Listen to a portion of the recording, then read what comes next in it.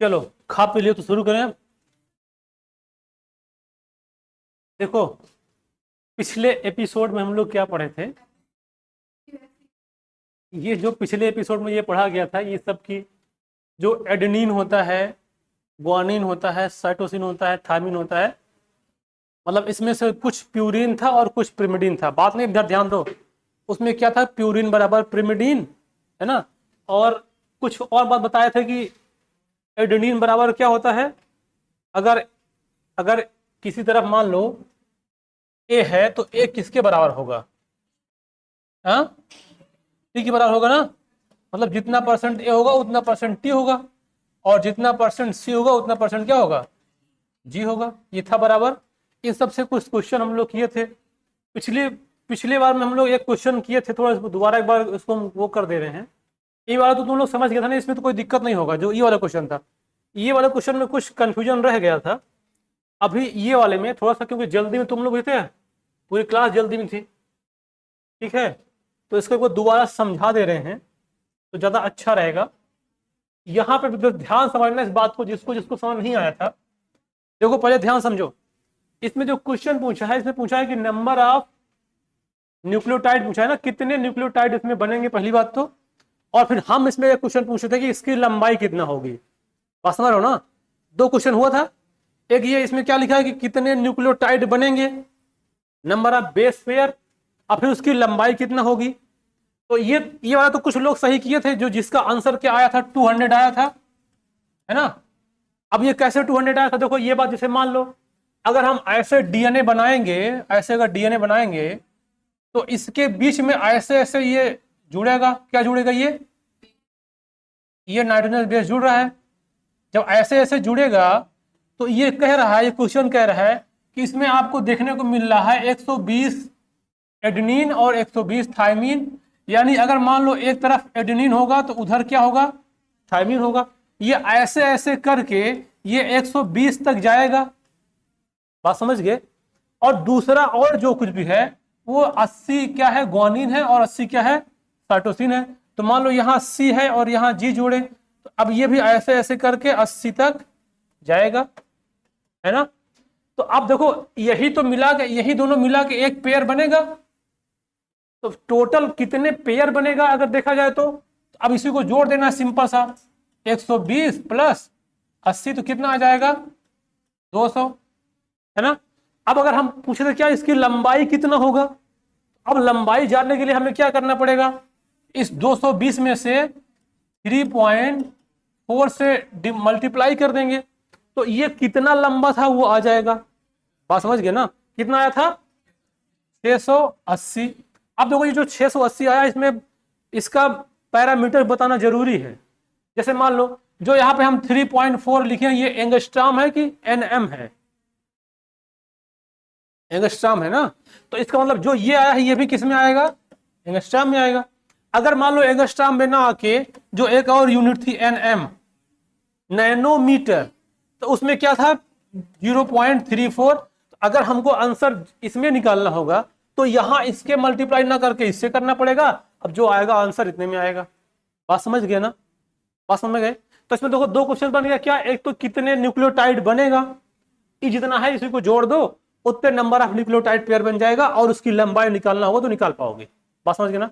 अब तुम लोग को एक क्वेश्चन दे रहे हैं, बैक्टीरियोफेज लेमडा था, बैक्टीरियोफेज लेमडा था, उसका लंबाई निकाल, बताओ कितना आएगा। जो बैक्टीरियोफेज लेमडा था उसकी लंबाई निकाल, बताओ कितनी लंबाई आएगी उसकी, जल्दी करो। समझ पा रहे हो क्वेश्चन। जो बैक्टीरियोफेज लेमडा था उसका, उसके डीएनए की लंबाई कितना आएगी।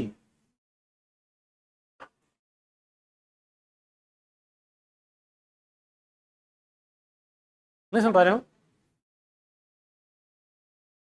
बैक्टीरियोफेज लेमडा था, उसके डीएनए की लंबाई कितना होगी।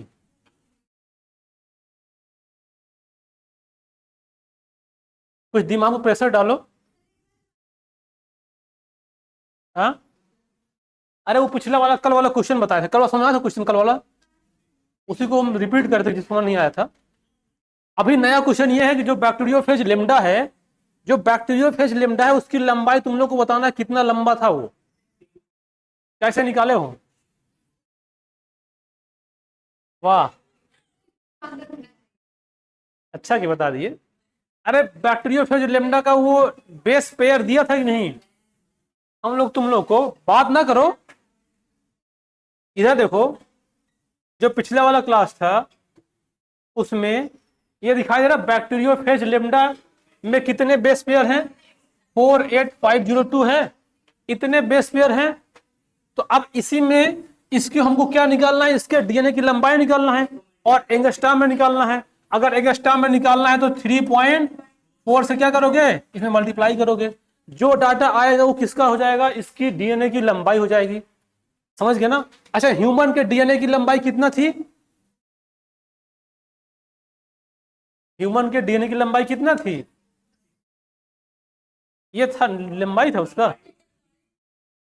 तो अब इसकी भी लंबाई निकाल पाओगे? हाँ, ये तो ऑलरेडी निकला हुआ था 2.2 मीटर, मतलब एक डीएनए की लंबाई निकालोगे तो 2.2 मीटर आएगा ना। तो अगर अब ही ऐसा ऐसा क्वेश्चन आएगा तुम लोग कर लो, कोई दिक्कत नहीं होगी ना। किसी की लंबाई निकालना या किसी कुछ निकालना है तो आराम से निकाल पाओगे, कोई दिक्कत। अगर अगर दिक्कत नहीं होगी तो आज का एक नया क्वेश्चन है, तुम लोग इसको करके दिखाओ। ये क्वेश्चन देखो, पढ़ो और इसको करके दिखाओ, जल्दी पढ़ो। इसमें क्या निकालना है? इसमें निकालना है डीएस डीएनए है, इसमें nucleotide pair are the possible, कितने न्यूक्लियोटाइड पेयर बनेंगे। और इसमें जो म्यू एम म्यू लिखा है, इसे देखो एक्स का हम वो लिख दे रहे हैं, इसका जो मतलब पैरामीटर, जैसे मान लो जो 1 एन एम बराबर 1, जो ये लिखा है एम म्यू और इज इक्वल टू 10 एंगस्ट्रॉम, ये इसका डाटा होता है। बात समझ गए ना? अगर मेजरमेंट निकालेंगे तो जो है ये चाहे 1 nm का हो चाहे 1 मिली माइक्रोन बोलते हैं इसको, या मिली माइक्रोन मतलब सबसे छोटा यूनिट है इसका, और इसमें 10 एंगस्ट्रॉम होता है। ये जो डाटा लिखा है, अब इसके बाद इसमें तो आप लोग को लिया गया एक डीएस डीएनए है, उसकी लंबाई हमको क्या मिल गई, 34 मिली माइक्रोन। तो हम उसमें कितने न्यूक्लियोटाइड उसमें बन सकते हैं? 10 कौन बोला था अभी? बस बताओ, 10 वाले 100 वाले, तुमको समझ नहीं आ रहा कुछ? हाँ, बेस, इसमें बेस पेयर कितना होगा, ये जो डाटा दिया गया इसमें 10 होगा, 100 होगा। हाँ 100, तो एकदम बताओ ना, देखो देखो ये है, इधर देखो ध्यान से, मेरी बात सुनो, सही बोला, सुनो सुनो सुनो गांव वाले सुनो, देखो यहाँ क्या लिखा है 34 मिली माइक्रोन, या बोलता ना, इसका मतलब जानते हो इसमें कितना 10 एंगस्ट्रॉम। अगर इसको मल्टीप्लाई करोगे तो इंटू 10 ऐसे करोगे, एकदम बहुत आसान भाषा में तो इतना आएगा, टोटल इतना एंगस्ट्रॉम की लंबाई है इसकी, है कि नहीं है? मतलब जो डीएनए की लंबाई है, चाहे इतना कर लो चाहे इसको ले लो 340 एंगस्ट्रॉम, इतना लंबा डीएनए है।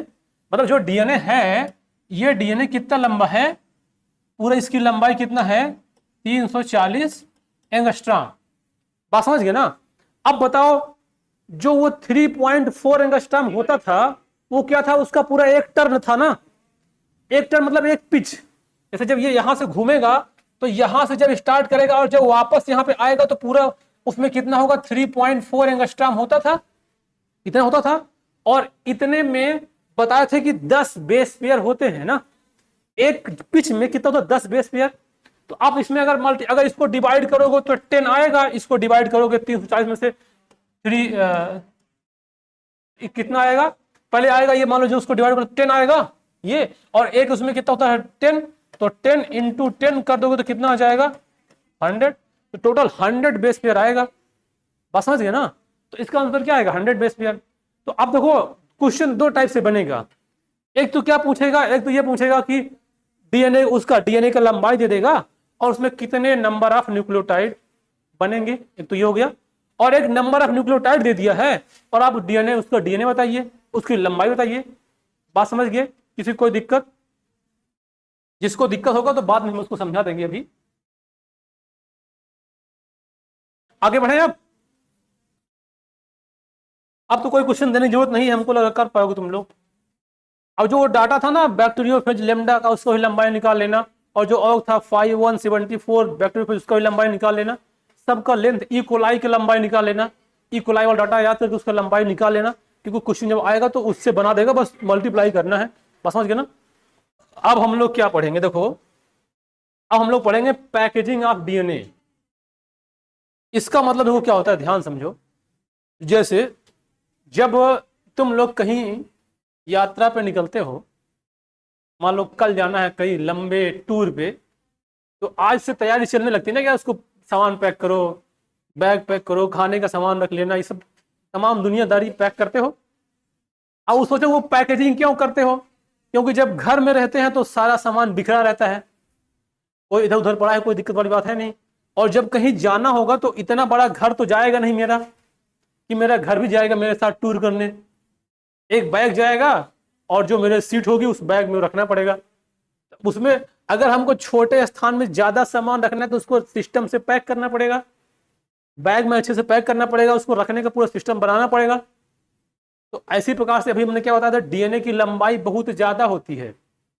अगर सभी डीएनए को खोल खोल के उससे उसको जोड़ के पृथ्वी को बांधोगे तो कम से कम 2-3 बार बांध जाएगा। बस समझ गए ना? इतना लंबा होता है। अब इसका मतलब क्या कि अगर हम लोग की लंबाई मैक्सिमम बहुत होगी 6 फीट। बात समझ गए ना? लेकिन अब सोचो उतने लंबाई में वो डीएनए हमारे बॉडी के हर पार्ट में, हर सेल में ऐसे घूम घूम के है। अब उसको क्या करना है, उसको पैक करना है। तो मतलब उसको हम क्या कर रहे हैं, जैसे मान लो इसको ऐसे ऐसे करके इसको पैक कर दिए।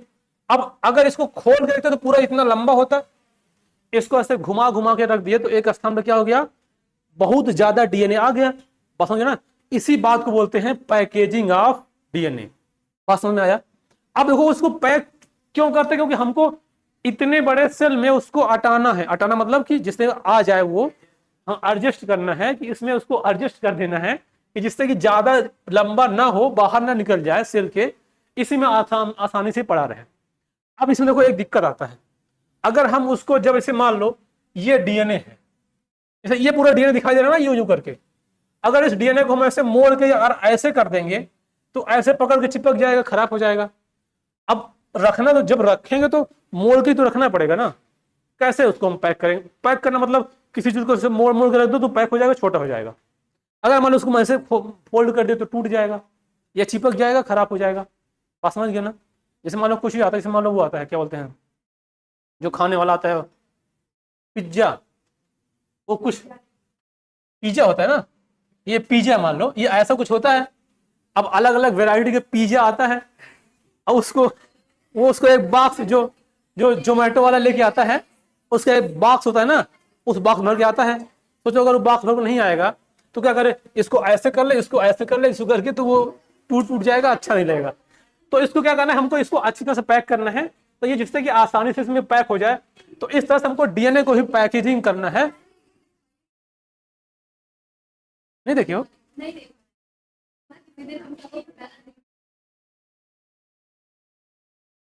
चलो आगे देखो बात को।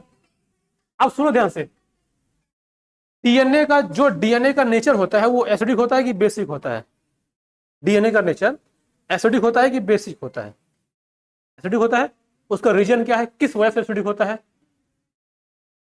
डीएनए एसिडिक होता है, किसकी वजह से डीएनए एसिडिक होता है? हाँ हाँ, फास्फेट जो ग्रुप है, जो फास्फोरिक एसिड है, क्योंकि वो फास्फोरिक एसिड है। अब वो एसिड की वजह से क्या होता है, डीएनए एसिडिक हो जा रहा है। तो अब सोचो जब एसिड एसिड को ऐसे मिलाएंगे ना तो वो ब्लास्ट कर सकता है। तो जैसे मान लो ये डीएनए था, ऐसे ऐसे इस डीएनए को एक बेस ले लिए, उस बेस में ऐसे रैप कर दिए। जैसे जो पतंग उड़ाने वाली लटाई होती है, लटाई बोलते हैं ना उसको, इसमें धागे को लपेटते हैं, क्या बोलते हैं? मंझा। मंझा तो वो धागा है ना जिसमें लपेटते हैं, उसको क्या लटाई बोलते हैं ना। हाँ ठीक है। अब देखो जब धागा उसमें लपेट देंगे तो छोटा हो जाएगा, जब खोल देंगे तो बहुत ऊपर जाएगा। तो अब क्या करना है, उसी डीएनए को हमको उस लटाई में लपेटना है, समझ गए ना। तो जो लटाई होगा वो होगा बेसिक, और जो डीएनए होगा वो होगा एसिडिक, और जब एसिड को बेस मिलाते हो तो न्यूट्रल हो जाता है। और अगर चीज न्यूट्रल है तो बहुत ज्यादा दिक्कत वाली बात नहीं है। एसिडिक होगा तो दिक्कत है, अब बहुत बेसिक होगा तो दिक्कत है। अगर अच्छा मान लो कोई सोल्यूशन ना ज्यादा एसिडिक हो ना ज्यादा बेसिक हो, तो उसको क्या बोलते हैं, उस सोल्यूशन को क्या बोलते हैं। हाँ, न्यूट्रल बाद में एक केमिस्ट्री में एक और वर्ड यूज करते हैं, बफर सोल्यूशन, सुने हो, बफर सोल्यूशन नहीं बोलते ना शायद, जो मैं सोच पा रहा हूँ ऐसा लगता है। ना ज्यादा एसिडिक हो ना ज्यादा बेसिक हो, तो बॉडी के अंदर जो कुछ भी चाहिए उसको बफर सोल्यूशन के कंटेंट में चाहिए, क्योंकि अगर एसिडिक होगा तो भी दिक्कत होगा, बेसिक होगा तो भी दिक्कत होगा। तो हमको इस डीएनए को, डीएनए होता है एसिडिक, उसको एक क्या बोलते हैं बेसिक उसमें लपेटना है, और जो वो है वो क्या है, प्रोटीन है। बस समझ गए ना। अब इसको देखते हैं कैसे लपेटने हैं। उसके पहले ये कुछ एक बात है यहाँ पर समझा दे रहे हैं। जैसे हम लोग आते हैं यूकैरियोटिक में, और कुछ ऑर्गेनिज्म ऐसे जो होते हैं प्रोकैरियोटिक। अब कुछ ऐसे होते हैं ना जो प्रोकैरियोटिक है और यूनिसेलुलर है, मतलब उसकी पूरी बॉडी एक सेल से मिलकर बनी है। अगर यूनिसेलुलर होगा, प्रोकैरियोटिक होगा, तो उसमें एक ही सेल में डीएनए होगा, और तो कहीं सेल ही नहीं है तो डीएनए होने की जरूरत ही नहीं है। तो अब देखो यहाँ पे कुछ डाटा लिखा गया है, जैसे प्रोकैरियोटिक में, जैसे कि ई कोलाई में डीएनए पूरी तरह से स्कैटर्ड नहीं होता, मतलब इधर उधर बिखरा हुआ नहीं पाएगा, क्योंकि उसमें एक ही सेल है, एक ही सेल तो एक ही न्यूक्लियस होगा, उसी में एक डीएनए होगा। बात समझ गए ना। वो भी बहुत ज्यादा क्लियर भी नहीं होता है ना। अब देखो यहाँ पे लिखा डीएनए क्या होता है, निगेटिवली चार्ज, जो तुम लोग ये बात समझते हो। So help with the some positively charge protein to form the nucleoid. अब उसको हमको क्या करना है, जो निगेटिवली चार्ज डीएनए है उसको पॉजिटिवली चार्ज प्रोटीन में ऐसे रैप कर करके उसको पैक करना है, उसी को बोलते हैं पैकेजिंग ऑफ डीएनए। ये तो स्ट्रक्चर है जो कि बना है, तुम लोग देखोगे इसको, ये देखो यहाँ पे। अब वो जो डीएनए, वो जो प्रोटीन जिसमें डीएनए को घुमा घुमा के पैक करते हैं, उस डीएनए उसको बोलते हैं, प्रोटीन का नाम होता है हिस्टोन प्रोटीन। क्या बोलते हैं इसको, हिस्टोन प्रोटीन। तो हिस्टोन प्रोटीन मान लो लटाई हो गया, और जो धागा है वो क्या हो गया, डीएनए। तो उसको जब उसमें पैक कर दिए तो पूरा जो बना वो क्या बना, पूरा पैकेजिंग ऑफ डीएनए। बात समझ आ गए। अब देखो, अब उसको पैक करने के कुछ तरीके होते हैं। जो प्रोटीन था उसको क्या बोलते हैं, हिस्टोन प्रोटीन। और इसमें देखो, histone are rich in positively charge basic amino acid residues में होता है। अभी एक मिलेगा, आगे पढ़ाएंगे एमिनो एसिड जो कई होते हैं, तो उसमें लाइसिन और आर्जिनिन, क्योंकि जो प्रोटीन बनता है, प्रोटीन एमिनो एसिड के मिलने से बनता है। बस समझ, तुम लोग जानते हो इसको, जब प्रोटीन बनता है तो वो एमिनो एसिड मिलता है तो ही बनता है। तो उस हिस्टोन प्रोटीन में इंपॉर्टेंट बात ये याद रखना है कि उसमें क्या क्या होता है, लाइसिन और आर्जिनिन नाम का एमिनो एसिड से मिलकर बनता है। और ये जो हिस्टोन बनता है वो 8 histone from the histone octamer. उसमें ऐसे 8, ऐसे 8 बाल ले लो, देखो 1 बाल 2 3 4, ऐसे 4 ऊपर और 4 नीचे। जब ऐसे कर दोगे तो ये ऐसे बन गया पूरा कंटेंट। तो इसको हिस्टोन ऑक्टामर बोलते हैं। बात समझ पा रहे हो, इसको क्या बोलते हैं, हिस्टोन ऑक्टामर। तो अब ये यहाँ पे दिखाया गया, देखो यहाँ पे क्या है, ये इसको डीएनए को क्या किया गया है, रैप किया गया है, और उसके जो अंदर क्या है, ये ऑक्टामर है। तो अब देखो, जब ये रैप करने के बाद जो कुछ बनता है एक ऑक्टामर को, उसको न्यूक्लियोसोम बोलते हैं। क्या बोलते हैं उसको, न्यूक्लियोसोम। जैसे एग्जांपल देखो, जैसे कि अगर धागे को लटाई में लपेट दिए तो एक लटाई बन गई, उसको बोलेंगे हिस्टोन। मान लो एक दूसरी लटाई लाए, उसको लपेट रख दिए दूसरा, तो वो कई जुड़ेगा, तो एक जो बनेगा वो क्या कहलाएगा, न्यूक्लियोसोम। बात समझ आ रहा है, कोई दिक्कत, तो क्या अब देखो यही न्यूक्लियोसोम ऐसे ऐसे से जुड़ेगा। देखो जैसे मान लो ये डीएनए जा रहा है, यहाँ पे ऐसे घूम के एक न्यूक्लियोसोम, फिर आगे ऐसे घूम के एक न्यूक्लियोसोम, फिर ऐसे ऐसे न्यूक्लियोसोम, फिर ऐसे ऐसे न्यूक्लियोसोम, ऐसे न्यूक्लियोसोम, ये ऐसे ऐसे बनता जाएगा और पूरा डीएनए बनेगा। फिर ये ऐसे आके आपस में ऐसा ऐसे यूं यूं करके पूरा एकदम घूम जाएगा, तो आराम से क्या होगा, पैक हो गया। बात समझ गए ना। और एक एग्जांपल और दे रहे हैं तुम लोग को, तुम लोग उसकी पंखे की बाइंडिंग देखे हो। हाँ, जब पंखे को बाइंड किया था उसमें कॉपर का या तो सिल्वर का तार लगा के, तो उसका जो तार होता है क्या उसमें कोटिंग होता है कि नहीं होता, कोटिंग होता है ना, वो आपस में टच नहीं होता है, उसमें क्या होता है, कोटिंग होता है। अगर सोचो उसकी कोटिंग को निकाल कर ऐसे घुमाओगे तो सारा क्या जाएगा, मिक्स हो जाएगा, तो सारा करंट कोई मतलब, उस बाइंडिंग कोई मतलब है। जब पंखा जल जाता है तो वही कोटिंग हो तो जलती है, जल के पूरा चलता ही नहीं है। तो इसको मान लो एक प्रकार से उसको पूरा कोटिंग कर दिया गया। अब कोटिंग करके चाहे जहां तार और फेंक दो उसको कोई दिक्कत वाली बात नहीं होगी। जैसे मान लो जो अगर लाइट वाला करंट है, अगर हम एक खुला तार ले आए जिसमें कि मतलब कापर का तार है, उसमें करंट दौड़ा दिए और उस तार मान लो तार हमारा एक्स्ट्रा हो रहा है इधर उधर से फेंक दिए, अब जहां जहां रहेगा हर जगह करंट रहेगा, आपस में लड़ेगा तो शॉर्ट भी कर जाएगा। और अगर हम उसके ऊपर एक कोट कर दिए, और कोट करने के बाद चाहे उसको जितना घुमा के यहीं रख दो, चाहे चाहे दूर ले जाओ, चाहे इधर उधर रख दो, कोई दिक्कत होगा। तो अब डीएनए को अगर हम ऐसे सजा देंगे उसके प्रोटीन के अंदर, तो अब ये आपस में अगर पास पास रख भी देंगे तो कोई दिक्कत वाली बात नहीं होगा। इसीलिए डीएनए को क्या कहता है, रैप करके उसको पैक किया जाता है। मतलब हम लोग नहीं करते, मतलब नेचर ने उसको पैक करके ऐसा बनाया है, बस हम तो बस पढ़ रहे हैं कि डीएनए की पैकेजिंग होता है, बस समझ गए ना। तो इसको बोलते हैं डीएनए की पैकेजिंग। अब यहाँ पे ये तुमको दिखाई दे रहा है, देखो ये न्यूक्लियोसोम है। अब देखो ये न्यूक्लियोसोम, इसको इसका साइड जो देखते हैं इस तरह से प्रोटीन दिखाई देता है। ये पूरा ये जो बना है देखो, ये दिखाई दे रहा है, ये पूरा देखो ना एकदम पास पास में रखा गया है, ये पूरा डीएनए है, एकदम ऐसे घूम घूम के है यहीं पे, कोई वो मतलब अब इसमें कोई दिक्कत नहीं होगा कि पूरा ऐसे पैक है इस तरह से। तो ये पूरा ये न्यूक्लियोसोम होता है। अभी तुम लोग अगर कोई जब रिसर्च में जाएगा, अगर कोई रिसर्च करना चाहेगा तो किसी सेल पे अगर रिसर्च करोगे तो पहले ना उस सेल को हम लोग कंप्यूटर में देखते हैं। बहुत सारे ऐसे सॉफ्टवेयर हैं आते हैं मार्केट में, जैसे मान लो किसी सेल का एक्सपेरिमेंट करना है, किसी सेल को देखना है, तो वो सेल ऑलरेडी सॉफ्टवेयर पे अवेलेबल है, तो उसको डाल के अपना कंटेंट डालोगे। कंटेंट मतलब क्या, कोई ऐसी प्रोटीन लग नहीं डालना है इसमें, क्योंकि हर प्रोटीन का एक एमिनो एसिड होता है, उस एमिनो एसिड का एक अपना अपना कोड होता है जो ATCG में मिलेगा, है ना। तो उसी कोड को हम टाइप कर देंगे ATCG या CGAT ऐसे करके टाइप कर देंगे। तो जब टाइप करेंगे तो हमारे से अगर मैच करेगा तो उसमें अलग कलर बन जाएगा कि मेरा वाला डीएनए ये है, उसमें जो पड़ा था ये है, जो परिणाम निकल के आएगा वो आएगा। बस समझ गया ना। तो तुमको इसमें दिखाई दे रहा होगा, देखो यहाँ पे कुछ लाइट है और यहाँ कुछ डार्क दिखाई दे रहा है ना। तो इससे जैसे जब किसी भी सेल को टारगेटिंग किया जाता है उसको मतलब बोलते हैं इन सिल्को, मतलब लैब में जब एक्सपेरिमेंट किया जाता है तो कुछ ऐसा रिजल्ट देखने को मिलता है। अब उससे फिर पहले लैब में करेंगे, तब उसको जाके फील्ड में करके उसको चेक करते हैं। बस समझ गए ना। तो अब तो बहुत सारा काम जो कुछ हो रहा है सब पहले ऐसा नहीं, जिसमें तो तुम लोग सुनोगे कि पहले मेढक को काट के उसको वो निकाला जाता था। जो मेढक है, पहले मेढक का डाइसेक्शन होता था, लोग 12th में करते थे। उसको ले आओ, उसको काटो, उसकी इंटेस्टाइन निकालो, उसका रिप्रोडक्टिव पार्ट निकालो, उसकी आंख निकालो, सब निकाल दिखाओ। लेकिन अब गवर्नमेंट उसको रोक लगा दिया। ऐसा क्यों? क्योंकि उसी जैसा पूरा एक सॉफ्टवेयर आया है। ऐसे मेढक दिखेगा, ऐसे ब्लेड मारोगे कट जाएगा, फिर उसको काटोगे वो कट जाएगा, उसके अंदर जो कुछ तुमको देखते जाओ दिख जाएगा। फिर जैसे जैसे वहां दिखा था वैसे वैसे वो लिविंग में होता है। ऐसा सॉफ्टवेयर बना दिया गया है। तो अब उसको पढ़ने के लिए मेढक नहीं मानना पड़ेगा। अब जो बच्चे पढ़ने जाते हैं उनको क्या पता क्या काट दें। अब बहुत सारा मेढक मानना पड़ेगा तो दिक्कत होगा। तो इसके लिए जो कुछ किया गया उसको डाटा इकट्ठा कर लिया गया। अब जो नए लोग आएंगे उसको पहले उसको हम उस 3D से दिखा देंगे, उसको जब वो पूरा जान जाएगा तब उसको अगला जो कोई ना कोई एक्सपेरिमेंट करने को मिलेगा, तो उससे जो लिविंग ऑर्गेनिज्म है उनकी हत्या कम होगी। बस समझ गए ना। ऐसे आदमियों का भी हो रहा है कि अब तो वैसे भी मतलब अब कोई बोल दो कि अपनी बॉडी दे दो हमको एक्सपेरिमेंट करना है। अरे मतलब मरने के बाद होता है ना कि यार, जिस तुम लोग जानते हो ना नेत्रदान होता है, बॉडी भी दान करते हैं लोग। अब कोई बताओ कोई करता है, बहुत सारे लोग मतलब जो बहुत ज्यादा हाई थिंकिंग होते हैं, हाँ ठीक है हमारी बॉडी बच्चों के नाम, वही करता है। तो अब ऐसा कौन करेगा? तो पहले सब एक्सपेरिमेंट करके लोग पैसे रख लेते हैं। तो ये हो गया। यहां पे देखो एक बात है, यहां पे अब देखो ध्यान से, तुम लोग न्यूक्लियोसोम समझ किसको न्यूक्लियोसोम? जब एक डीएनए मतलब जब हिस्टोन प्रोटीन में जब डीएनए चारों तरफ से रैप हो जाएगा, जो बनेगा क्या कहलाएगा? न्यूक्लियोसोम कहलाएगा।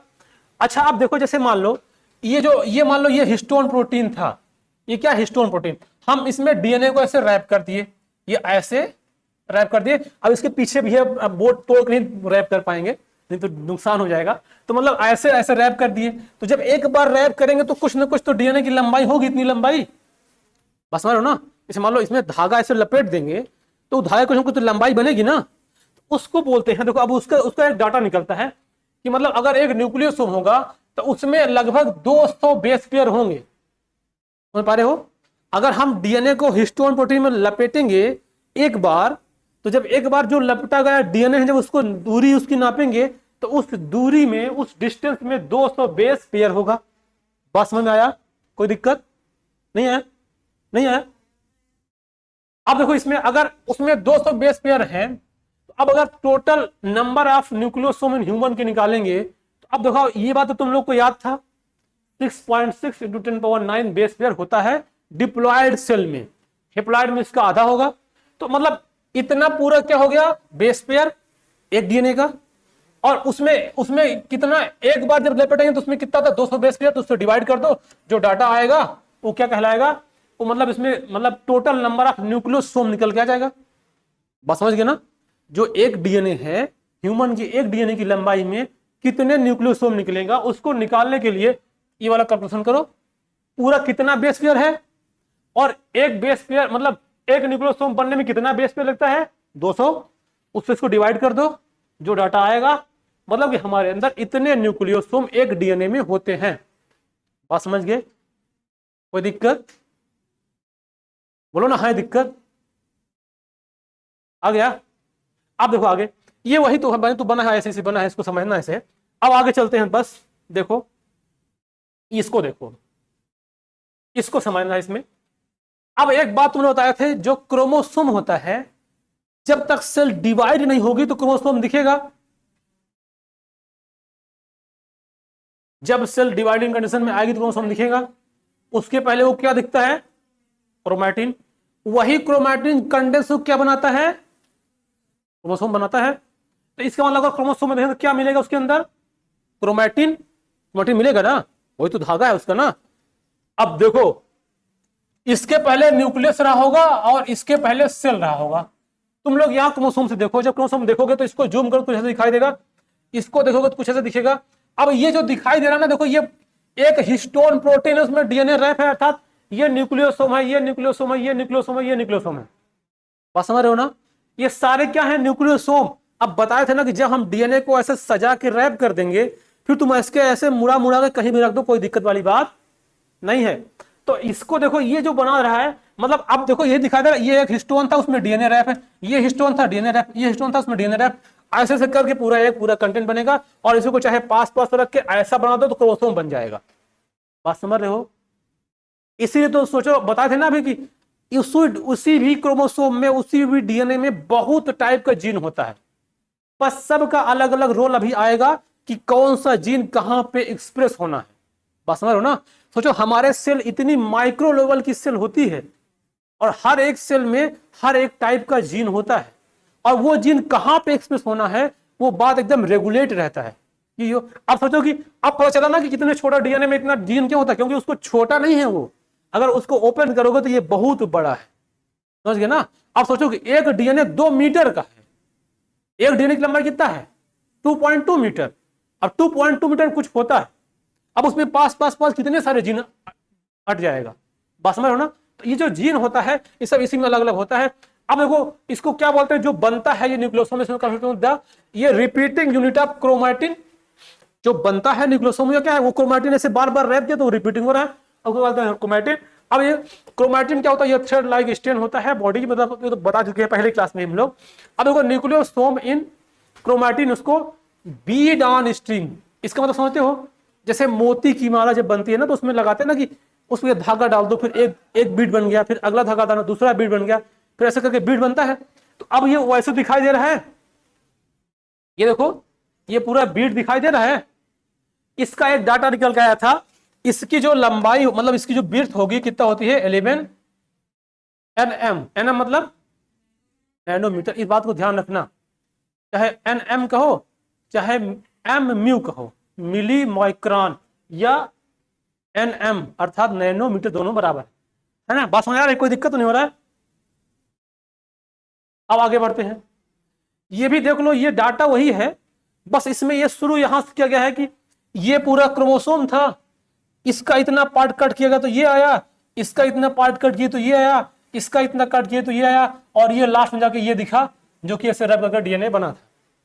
बात समझ ना? ये वही बस हमने इमेज लेके आया दिखाने के लिए, और यहाँ पे वो डाटा भी देते। तो क्रोमैटिन था, फिर क्रोमैटिन फाइबर आया, ये कॉइल अंदर कंडेंस हो जाएगा, फिर मेटाफेज स्टेज में फिर जो बनेगा क्रोमोसोम बनेगा। तो जो बनता देखो ये ऐसा करके ऐसे बन जाता है। बस में कोई दिक्कत नहीं हो रही है, ये है ऐसे। अब ये देखो, जैसे मान लो यहाँ पे एक टर्म लिखा है, higher level of packaging of chromatin require non histone chromosomal NHC protein. Higher level of packaging का मतलब ये होता है, जैसे मान लो अगर हमको लटाई में मतलब धागा बहुत लंबा निकालना है तो लटाई भी मोटी रखनी चाहिए। अगर मान लो कि एक ही स्थान पे बहुत ज्यादा डीएनए को एडजस्टमेंट करना है तो इसका मतलब उस वहां पे बहुत मोटा हो जाएगा। जैसे जब तार को ऐसे लपेटते हैं, अगर लंबाई ज्यादा होगी तो जब रैप करेंगे तो ज्यादा मोटा हो जाएगा, अगर कम लंबाई होगा तो कम मोटा रहेगा। बात समझ रहे हो ना? तो ये हायर लेवल में, अब उसमें जो यूज होता है उसमें एक non histone chromosomal protein use होता है। बस ये डाटा याद रखना है, उसमें क्या होता है, non histone chromosomal protein use होता है। अब यहां पे देखो ये जो ये क्रोमैटिन होते हैं इसके दो फॉर्म होते हैं। देखो एक फॉर्म कुछ ऐसा होता है जिसको यू क्रोमैटिन बोलते हैं और एक फॉर्म होता है जिसको हेट्रोक्रोमैटिन बोलते हैं। तो जो यू क्रोमैटिन है ये क्या होता है ना, ये लूजली पैक है, मतलब इतना पास पास घुमा घुमा के नहीं पैक किया गया है। ये आराम से एक यहाँ है, एक यहाँ, एक यहाँ है, क्योंकि उसके पास स्पेस का प्रॉब्लम नहीं था। तो क्या है, ये लूजली पैक्ड हो गया। तो अब इसको यूक्रोमैटिन बोलते हैं। अगर हेट्रोक्रोमैटिन बोलेंगे तो ये क्या होगा, ये डेंसली पैक्ड होगा, है ना। ये अगर बहुत लूजली पैक्ड होगा तो वो थोड़ा सा लाइट दिखेगा। अब बहुत ज्यादा टाइटली पैक्ड कर देंगे, डेंसली पैक्ड कर देंगे, वो डार्क दिखेगा। बस समझ रहे हो ना? तो अब क्वेश्चन देखो इसमें बनता है, यूक्रोमैटिन ये जो होता है वो लाइट दिखता है, लाइट होगा, लाइट वेट होगा, और ये हेट्रोक्रोमैटिन ये डार्क दिखेगा। बात समझ गए? कोई दिक्कत? जैसे अभी जब कुंभ का मेला लगा था तो संगम के अगर नज़ारे को ऊपर से देखा जाए तो ऐसे पूरा हेड हेड हेड दिखता था, कहीं स्पेस दिखाई नहीं दे रहा था। अब ऊपर देखो तो पूरा रेत दिखेगा। मतलब जहाँ पे भगदड़ हुआ था पहले वहाँ बहुत सारा डेंसिटी थी, पूरा पूरा ब्लैक, अगर सर दिखेगा तो अलग ठंडी थी, कुछ सर में और लगा सकते हैं लोग, है ना। लेकिन अब देखोगे पूरा पानी दिखेगा, रेत दिखेगा। तो उस समय क्या था, डार्क, आपका दिखेगा लाइट, तो ज्यादा होगा तो डार्क और लाइट। बस समझ गया ना? अच्छा एक बात और बताना भूल गया, ये जो होता है देखो इसमें थोड़ा सा जो ये रैप हो रहा है इसको डीएनए बोलते हैं। जो ये रैप हो रहा है इसको डीएनए बोलते हैं। इस वाले से यहां से बताना चाहते हैं, यहाँ पे ये देखो, इस वाले से समझना था। देखो ध्यान से, जो ये रैप हो रहा है ये तो डीएनए है, येलो कलर वाला, और जो ये इसको ऐसे पैक कर रहा है ना, जैसे मान लो रैप करना तो एक मान लो क्लिप लगा, इसको पैक कर दो कि अब वो आपस में इधर उधर ना बहकने पाए। तो ये जो बना है इसको H1 हिस्टोन बोलते हैं। क्या बोलते हैं इसको? ये वाला जो का ये H1 हिस्टोन है। और यहाँ पे देखो, अब यहाँ पे कई टाइप मिले, देखो H2O H2A, sorry H2A H2A और H2B H2B, और देखो ये H3 H3 H4 H4। बात समझ गए ना? तो अब देखो इसमें कितने टाइप बन गया। देखो एक तो मिला H1, ठीक, और दूसरा क्या मिला H2A, और तीसरा क्या मिला H2B, और फिर क्या मिला H3, और क्या मिला H4, है ना। तो 1 2 3 4 5, ये ऐसे 5 टाइप के होते हैं और टोटल, और ये जो होता है कितना होता है 8। बस समझ गए ना? इस बात को याद रखना है कि कौन कौन कौन किस में रैप करता है, कौन इसके साइड में रहता है। बस समझे? तो ये बात हो गया। अब इसका इमेज यहां देखने को, ये वाला जो बना था ये वाला, तो ये वाला डीएनए, ये देखो, ये पैक करने में देखो ये कुछ दिखा देना, ये क्या बोलते हैं इसे, ऐसे नहीं माला बनता है तो उसमें डालते जाओ, धागे में घुमा के बांधो, फिर दूसरा बनाओ, तो कुछ ऐसा बन जाएगा। अब ये आपस में एकदम बिल्कुल उलझ गया है।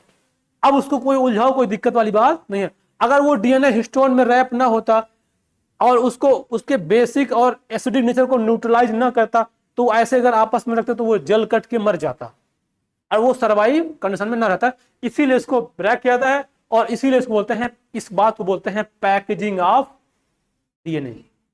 बात समझ में आ गया? चमक गया सबको? कोई दिक्कत, कोई पीड़ा परेशानी? आगे चले। अब देखो, आप जानते हो अब क्या कहानी शुरू होगी। अब हम लोग जो कुछ डीएनए के बारे में जाने, अभी तो हम तुमको बता दे रहे हैं ना कि डीएनए क्या है, जीन है। मतलब जो अभी इसके पहले चैप्टर था जो मेंडल एक्सपेरिमेंट कर रहे थे, उसमें बताया था जो कुछ आगे जा रहा है वो क्या था, एक फैक्टर है, उसको हम एलील बोलते थे। बस समझ रहे हो? हम क्या अभी क्या बताया, जो आगे जा रहा है वो क्या है, जीन है। और वो जीन क्या है, जीन क्या है डीएनए में, वो जीन क्या है, डीएनए है। लेकिन अभी जानते हो इस बात को प्रूफ करना है कि वो जीन डीएनए ही क्यों है। जैसे मेंडल ने मटर के पौधे में एक्सपेरिमेंट किया तो उस बात को प्रूफ किया कि कुछ न कुछ ऐसा है जो कि अगली पीढ़ी में जाता है और वो इनहेरिट होता है, उसको हम लोग एलील बोले या फैक्टर बोले। उसको वो नाम नहीं दिया। और यहाँ पे करीब 100 साल बाद उसको क्या बोला कि वो चीज डीएनए है, वो जीन है, उस डीएनए वो जीन पाया था, वो जीन ही रिस्पॉन्सिबल है। और समझे, लेकिन इस बात को एक्सपेरिमेंट के द्वारा प्रूव किया गया। उस एक्सपेरिमेंट को हमको समझना है कि उसको हम कैसे माने कि वो डीएनए ही है ना। अब देखो 3 बात में कंफ्यूजन हुआ था कि जो आगे पीढ़ी में जा रहा है वो जीन डीएनए है कि आरएनए है कि प्रोटीन है। बस 3 ही होता है बॉडी में, डीएनए होगा या तो आरएनए होगा या तो प्रोटीन होगा। बस समझ गए ना। तो उसको एक्सपेरिमेंट से प्रूव करना है। अभी तुम लोग समझ जाओगे कि हाँ वो बात क्या है, डीएनए ही है। तो अब एक्सपेरिमेंट नंबर फर्स्ट, इसको एक्सपेरिमेंट किया गया कि हमको इस बात को प्रूव करना है कि जो जीन है वो क्या है, डीएनए है। तो उसी बोला गया एक्सपेरिमेंट। आप देखो ये पहला एक्सपेरिमेंट किया गया, ये ग्रिफिथ साहब किए। चूहा पकड़ लिए क्योंकि इजीली अवेलेबल था, है ना। अब कोई अपनी ह्यूमन बॉडी तो देगा नहीं, लो मेरे पे एक्सपेरिमेंट कर लो। तो चूहा पकड़ के एक्सपेरिमेंट कर रहे हैं। कंसंट्रेशन बनाए रखें कृपया, नहीं तो समझ में नहीं आएगा। देखो इसको चूहा पकड़ लिया। अब इसमें एक बात समझना है, उन्होंने चूहे पे क्या एक्सपेरिमेंट किया, इस बात को समझना है। फ्रेडरिक ग्रिफिथ से इन्होंने एक स्ट्रेप्टोकोकस निमोनी नाम था उसका, मतलब स्ट्रेप्टोकोकस निमोनी, जो कि इसमें एक निमोनिया काज करने वाला पैथोजन था, उसको पकड़े और चूहे को पकड़े। इन दोनों में अपना एक्सपेरिमेंट किए। देखो क्या किए। तो अब जो स्ट्रेप्टोकोकस निमोनी था उसके 2 स्ट्रेन थे। 2 स्ट्रेन का मतलब ये था कि स्ट्रेप्टोकोकस निमोनी का कुछ ऐसा टाइप था जो बीमारी काज करता था और एक ऐसा था जो बीमारी काज नहीं करता था। बस समझ गए ना। तो अब देखो जो उसमें जो 2 टाइप था, एक था स्मूथ जिसको एस स्ट्रेन बोला गया और एक था रफ जिसको आर स्ट्रेन बोला गया। जो स्मूथ था ये वायरुलेंट था, मतलब ये डिजीज कॉज कर है, ये डिजीज करेगा। और ये क्या करेगा, ये डिजीज नहीं करेगा, अगली बीमारी मतलब बीमारी वाले इनहेरिट नहीं करेगा। कौन वाला, रफ वाला। और जो स्मूथ वाला है ये पैथोजेनिक था, ये निमोनिया कॉज कर रहा था और ये वाला निमोनिया कॉज नहीं कर रहा।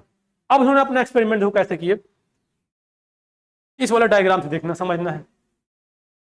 एक क्या किया, एक बीकर लिए, उसमें कुछ डाल लिए सोल्यूशन और उसी में पहले क्या डाल दिए, एस स्ट्रेन वाला जो पैथोजन था उसको डाल दिए।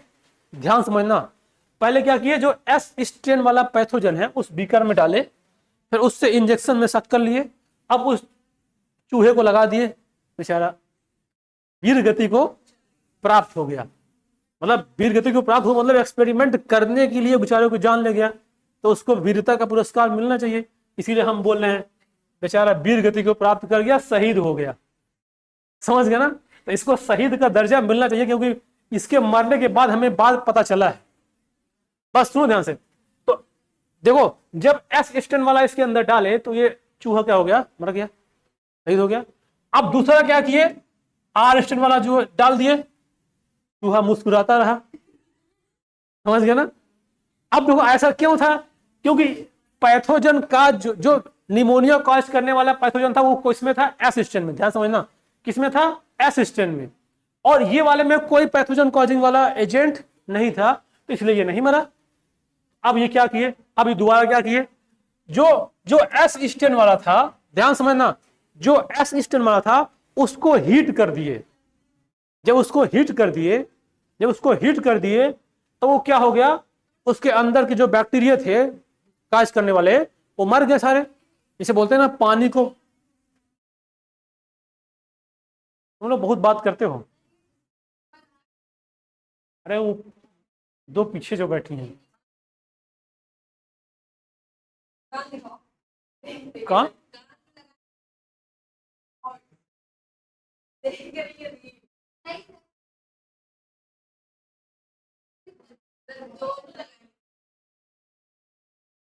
ऐसे करोगे तो क्लास नहीं चलेगी। तुम लोग कल से अलग अलग बैठे, ठीक है। आज तुम लोग छोड़ दे रहे हैं, अब तुम लोग कल से एक इधर बैठो, इधर बैठे हो। चलो बस सुनो, इधर सुनो, बस बस बस इधर फोकस करो। इतना बात समझ में, कहानी समझे। अब बस इतना बात समझ आ गया। अब तीसरी बार क्या किए, जो एस स्टेन वाला था, ये वाला था, इसको क्या करते, हीट कर दिए। जब हीट कर दिए तो वो सारे पैथोजन मर गए। अब इसको चूहे को लगाया, चूहा फिर मुस्कुराने लगा।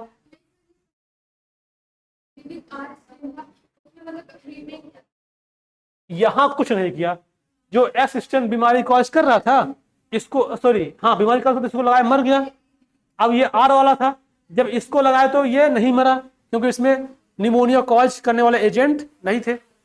अब दोबारा क्या किया, इसको छोड़ दो, इस वाले को हीट कर दिया। जब हीट इसलिए किया कि जो इसके अंदर बीमारी कॉज करने वाला कॉजिंग एजेंट था वो मर जाएगा, तो अब वो मर गया। अब इसको लगाया चूहे को तो चूहा नहीं मरा, मतलब जिंदा था। इससे बात प्रूफ है कि जो इसमें एजेंट था, जो इसको मारता था, वो क्या हो गया है, मर चुका है। अब लगाया तो ये नहीं मिला। अब इसको फिर से दोबारा एक और एक्सपेरिमेंट करने का मन आया। अब वो क्या किया, देखो ध्यान से, अब क्या किया, जो ये हीट किल्ड वाला लिया था उस हीट किल्ड को और दूसरा इस वाले को आर स्टेन को, इन दोनों को मिला दिया। बात समझ गए ना, जब इन दोनों को मिलाया तो ये बना, और जब इसको लगाया तो मर गया। बात समझ गए ना, दो चूहे शहीद हो गए, भगवान आपकी आत्मा को शांति दे। बात समझ गए ना, देखो जब एक केवल असिस्टेंट लगाया तो वो मर गया, और जब हीट किट लगाया तो नहीं मरा, आर बार लगाया तो मरेगा ही नहीं, क्योंकि ये नॉन पैथोजेनिक है। अब जब इन दोनों को मिला के लगाया तो फिर से मर गया। अब देखो यहां पे एक बात समझ आती है, देखो जो वो हीट किल्ड वाला था वो तो ऑलरेडी, सॉरी जो ये आर वाला था ये तो ऑलरेडी नॉन पैथोजेनिक था, ये उसको डेथ नहीं करेगा। और जब हीट कर दिया तो ये भी तो नॉन पैथोजेनिक हो गया ना, समझ गए ना। जब ये हीट किल्ड कर दिया तो इसका मतलब ये भी नॉन पैथोजेनिक हो गया। अब लेकिन जब इन दोनों को मिला दिया तो क्यों पैथोजेनिक हो गया, इस बात उसको समझ नहीं आया। तो उसने ये बात बोला कि इसके अंदर कुछ ऐसा चीज बचा हुआ था जो कि इसमें गया, और जब इसमें गया तो उसको एक्टिव कर दिया, और वो तब उसको लगाया तो मर गया। हाँ सुनो ध्यान से, फिर से एक बात सुनो, जब इसको हीट किल्ड लगाया तो नहीं मरा, है ना, आर वाले में तो मरता ही नहीं था। तो अब क्या किया, इन हीट किल्ड एस को और लाइव वाला आर को, इन दोनों को मिला दिया। जब इन दोनों को मिलाने के बाद लगाया तो फिर से मर गया। तो इससे उसके दिमाग में एक बात हमें आया कि इसके अंदर कुछ ऐसा है, जो मतलब इसके अंदर कुछ ऐसा है जो उस वाले में गया होगा दूसरे में, जिसकी वजह से देखो मतलब इस आर वाले में कुछ ऐसा है जो कि उसमें जाके अंदर गया होगा, और उसके अंदर ये पैथोजेनिक,